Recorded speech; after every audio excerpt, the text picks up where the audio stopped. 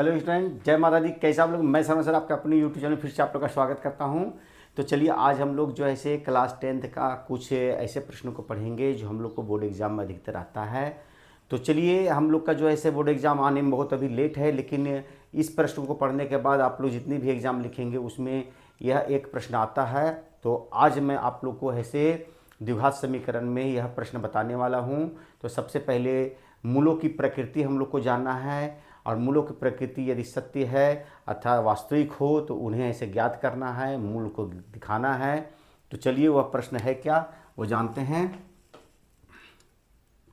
तो यहाँ लिख देंगे हम लोग, मैथ लिख दिए और क्लास 10th लिख दिए हम लोग। यहाँ पर क्लास 10th का क्वेश्चन है 3x² माइनस 5x माइनस 2 के मूलों की प्रकृति बताएं। सबसे पहले इसमें मूलों की प्रकृति कैसा होगा वह हम लोग को जानना है। तो बहुत ही आसान है। तो सबसे पहले हम लोग क्या लिखेंगे, ए लिखेंगे, बी लिखेंगे और सी लिखेंगे। तो ए हम लोग का 3 हो गया, बी हम लोग का -5 हो गया और सी हम लोग का -2 हो गया। एक्स पद को नहीं लिखना है, इस चीज़ को हम लोग को ध्यान में देना है। अब मूलों की प्रकृति के लिए हम लोग को सबसे पहले डी निकालना होगा। डी का मतलब होता है विविक्तर या विवेचक होता है। तो डी का सूत्र होता है b² माइनस 4ac।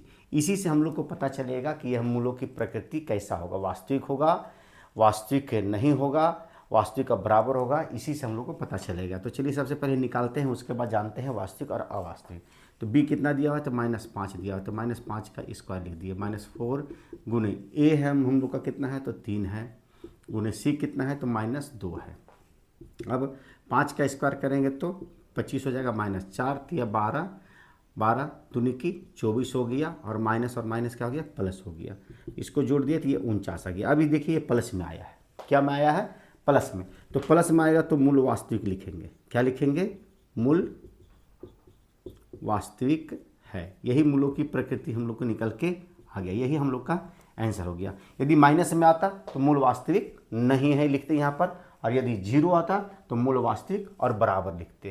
तो इस तरह का प्रश्न हम लोग का 2 अंक या 3 अंक में पूछा जाता है, और यह हर एग्जाम में आप लोग का ऐसे पूछा जाता है। तो उम्मीद है कि आज का यह प्रश्न का हल आप लोग को समझ में आया होगा। और बच्चों, यदि आप लोग को यह समझ में आ गया है तो मेरे लिए लाइक कर दें और शेयर कर दें, और जो बच्चे पहली बार मेरी इस वीडियो में आए हुए हैं सबसे पहले मेरे इस चैनल को सब्सक्राइब करें और बेल बटन दबाना ना भूलें, ताकि आने वाला नोटिफिकेशन आप लोग को समय से मिल सके और आप एग्जाम में अच्छे अंक ला सकें। चलिए फिर मिलते हैं नए वीडियो के साथ, तब तक के लिए टेक केयर।